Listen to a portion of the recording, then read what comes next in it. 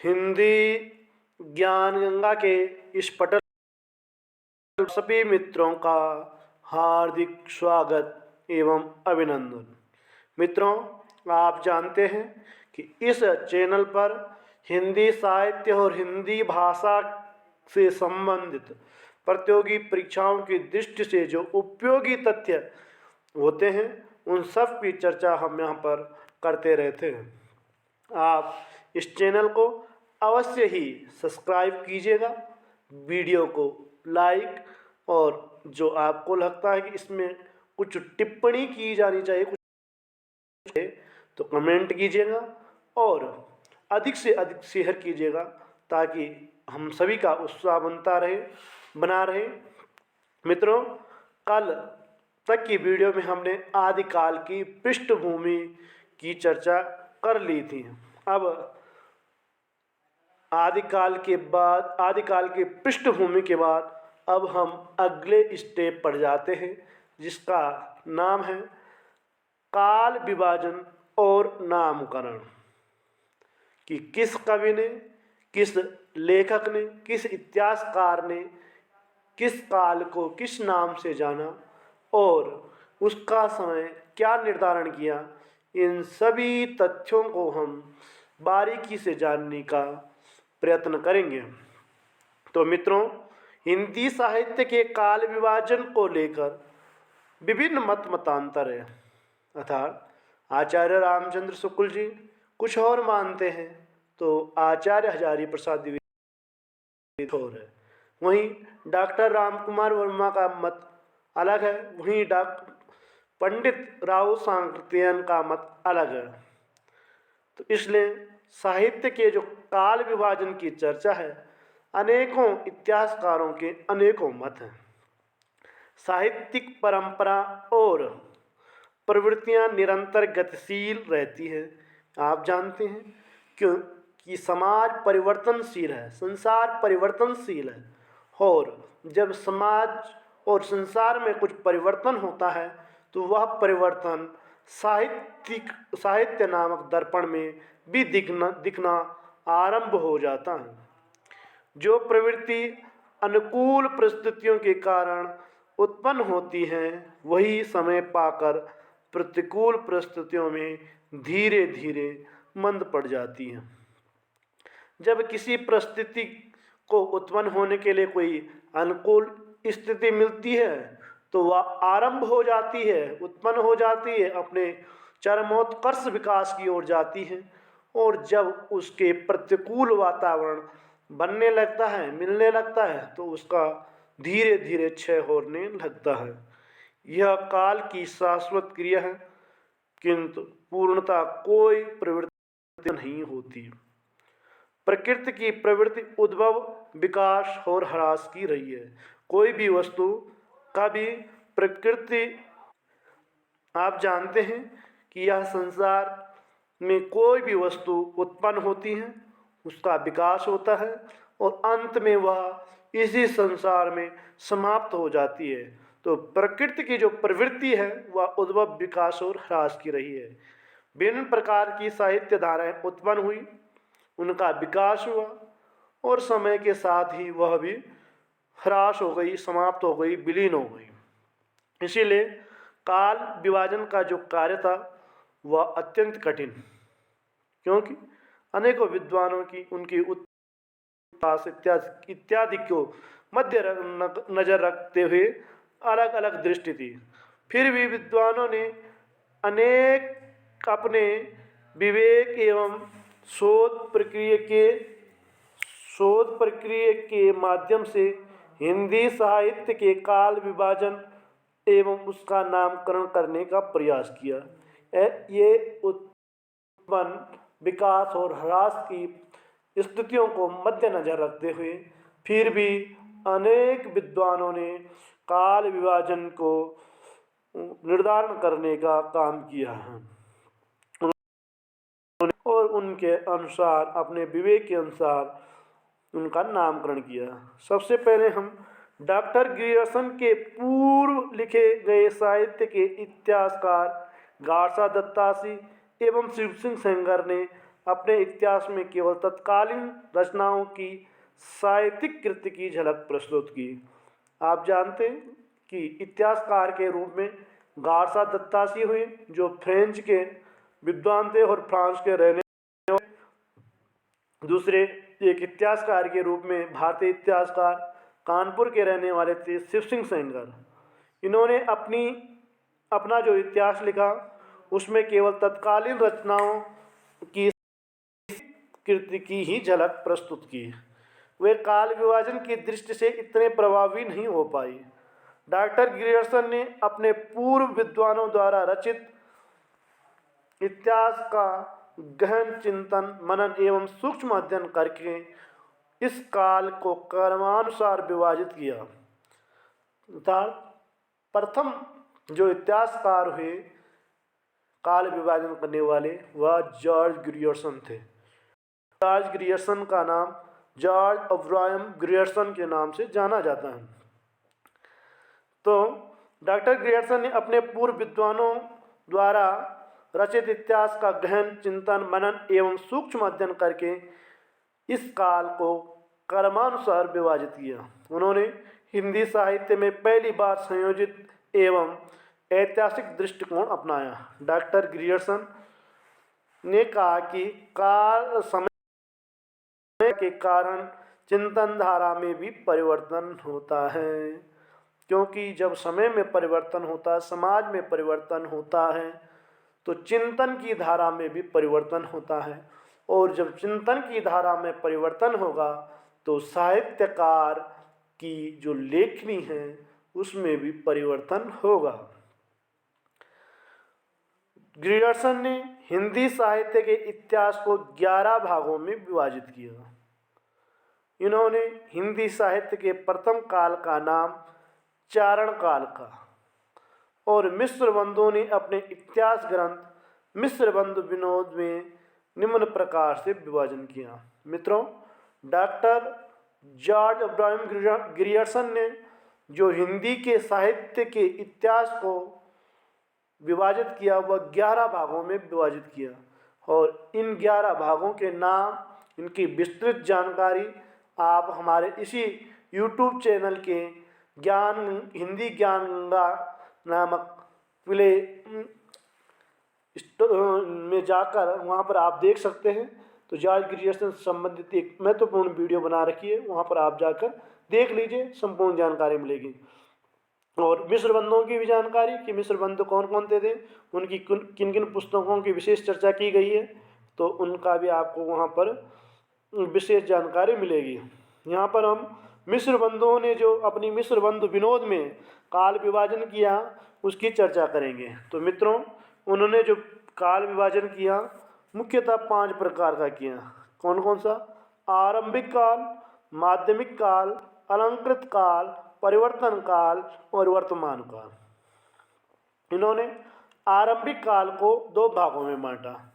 पूर्वारंभिक काल, जिसका समय इन्होंने 700 विक्रम संवत से लेकर 1343 विक्रम संवत तक स्वीकार किया। आप जानते हैं कि सन और संवत में 57 का अंतर होता है। संवत से 57 कम कर देने पर सन आ जाता है, माइनस करने पर सन आ जाता है। और उत्तर आरंभिक काल को इन्होंने 1344 से 1444 तक 100 वर्षों का माना है।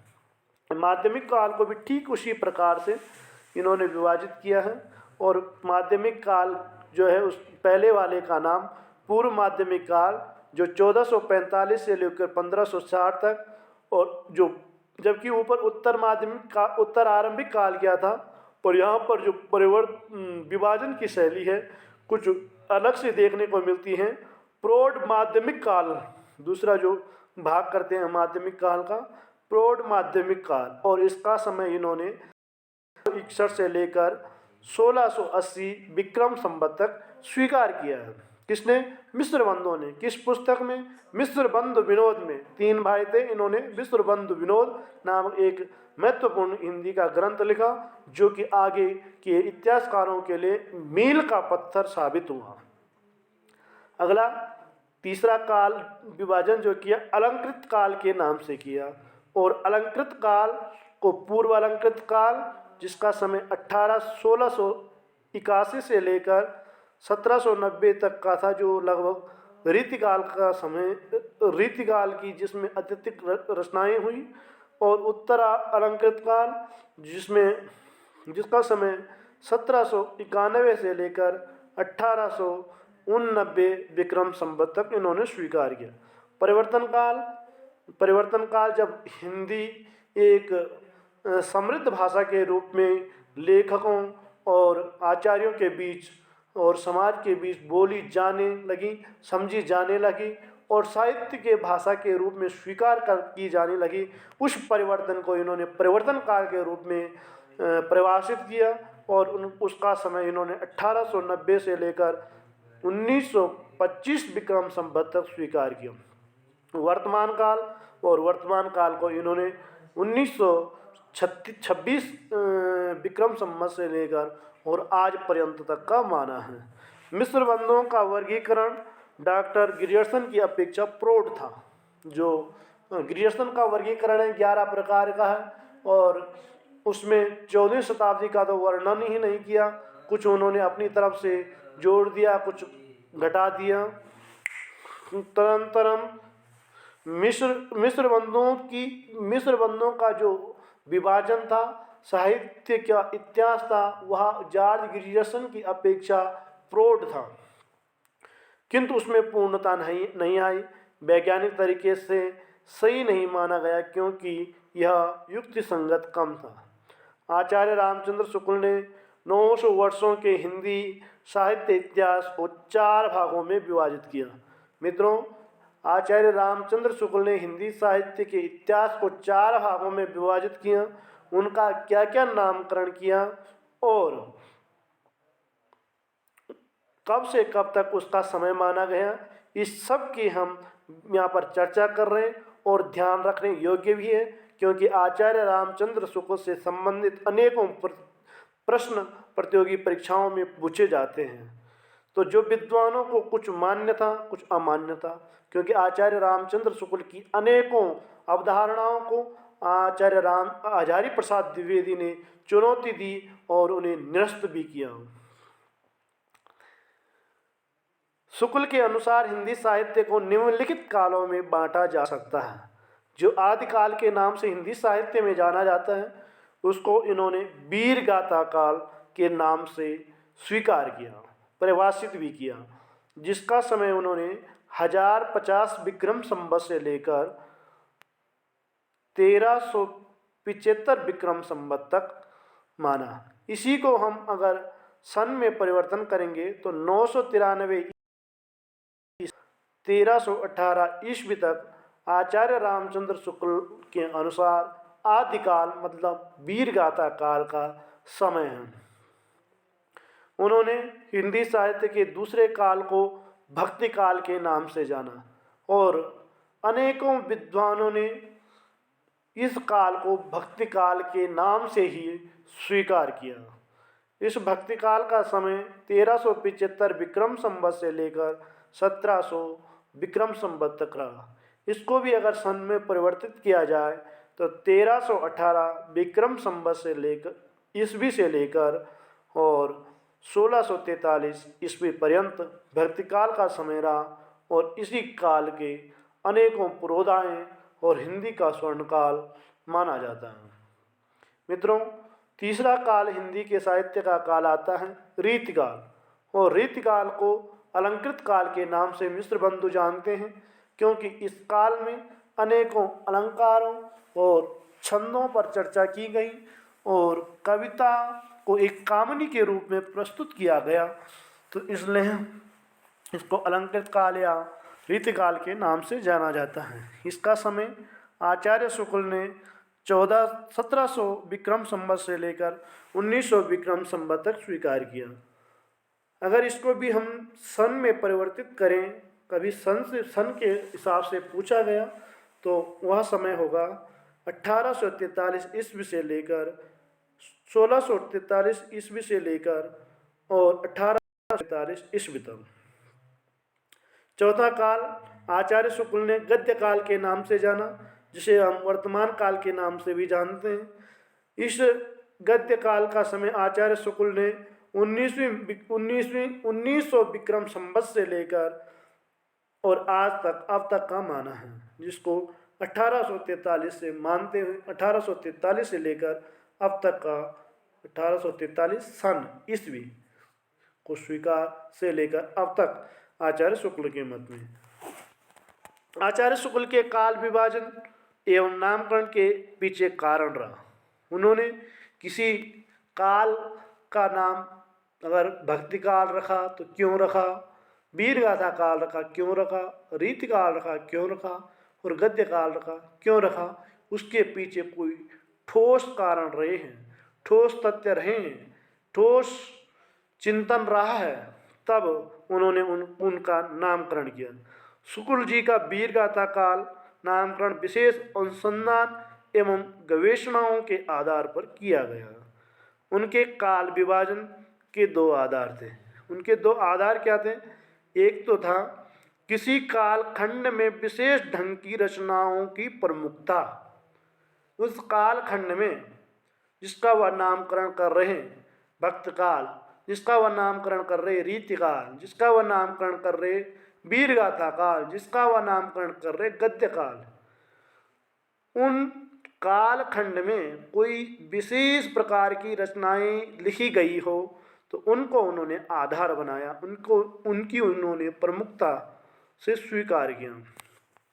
और इस समय के ग्रंथों की प्रसिद्धि कि उस कालखंड में किस प्रकार की धारा की प्रसिद्धि रही, उन सब का उन्होंने अन्वेषण किया।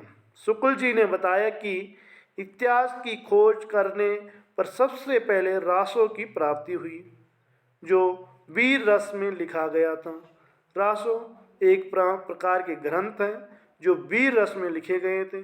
शुक्ल जी ने निम्नलिखित 12 ग्रंथों के आधार पर हिंदी के प्रथम काल को वीर गाथा काल के नाम से स्वीकार किया। मित्रों, शुक्ल जी ने क्यों हिंदी के साहित्य के इतिहास के आदिकाल को वीर गाथा काल कहा, क्यों नहीं आदिकाल कहा? तो उन्होंने इसका एक आधार बनाया रासो साहित्य। रासो साहित्य में वीरता का प्रचुर मात्रा में योग मिलता है, देखने को मिलता है। तो उन 12 साहित्यों को जिनको उन्होंने आधार बनाया, उन सब रासों को हम यहाँ पर देखेंगे, साथ साथ उनके रचनाकारों को भी जानेंगे। ये स्मरण करने योग्य है। कई बार प्रतियोगी परीक्षाओं में पूछा जाता है कि बीसल देव रासो किसका है। तो आज इन सभी रासों की जिन 12 ग्रंथों को आचार्य शुक्ल ने आधार बनाया, उनमें पहला है विजयपाल रासो। विजयपाल रासो के रचयिता है नल्ला सिंह और दूसरे हैं हमीर रासो। हमीर रासो को लिखने वाले हैं सारंगधर। तीसरे रासो हैं खुमाण रासो। खुमाण रासो दलपति विजय द्वारा रचित है। विशल देव रासो नरपति नल्ला द्वारा कृत है। और पृथ्वीराज रासो प्रसिद्ध रासो के रूप में रहा, और इस रासो के बारे में ऐसा कोई भी भारतीय नहीं होगा जो नहीं जानता होगा।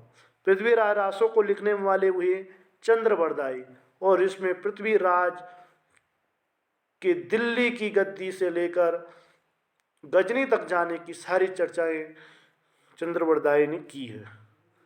छठे ग्रंथ के रूप में जय चंद प्रकाश जो भट्ट केदार द्वारा लिखा गया है, उसको स्वीकार किया शुक्ल